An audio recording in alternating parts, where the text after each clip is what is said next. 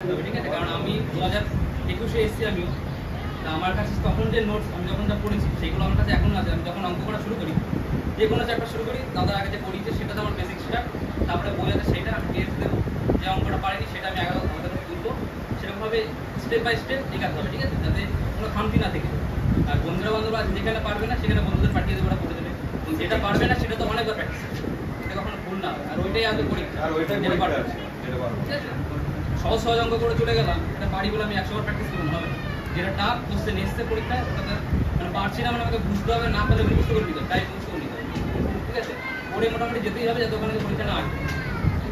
আর দাদা এটা দিচ্ছে সেটাকে তো বেসিক মানতেই হবে, ঠিক আছে। বেসিক দিনে প্রতিদিন যখনই অঙ্ক করবে তখন ওটা করতে হবে। যেটা রিজনিং দিয়েছে সেই টাইপটা আগে প্র্যাকটিস করো, তারপরে তুমি অন্য কিছু করতে পারো। কারণ দাদা যেটা করিয়েছে সেটা বেসিক হিসাবেই করতে হবে।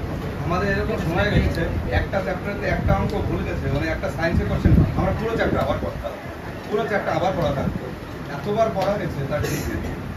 আরেকটা কথা, যে স্বপ্ন দেখা কেউ বন্ধ করো না, স্বপ্ন দেখো।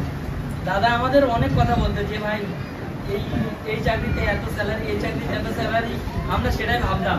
আর ওই স্বপ্ন দেখে দেখেই না একদিন আমাকে যে করেই হোক এই একটা কথা আছে যে স্বপ্ন তুমি ঘুমাবা, স্বপ্ন তোমাকে ঘুমাতে দেয় না কখনো, স্বপ্ন জেগেই রাখে। যে খাটার যে ইয়েটা ওটা স্বপ্নই জোগায়। দাদা আমাদের এই স্বপ্নটা দিয়ে গেছে যে ভাই খাট, একদিন ঠিক সফলতা আসবে। আর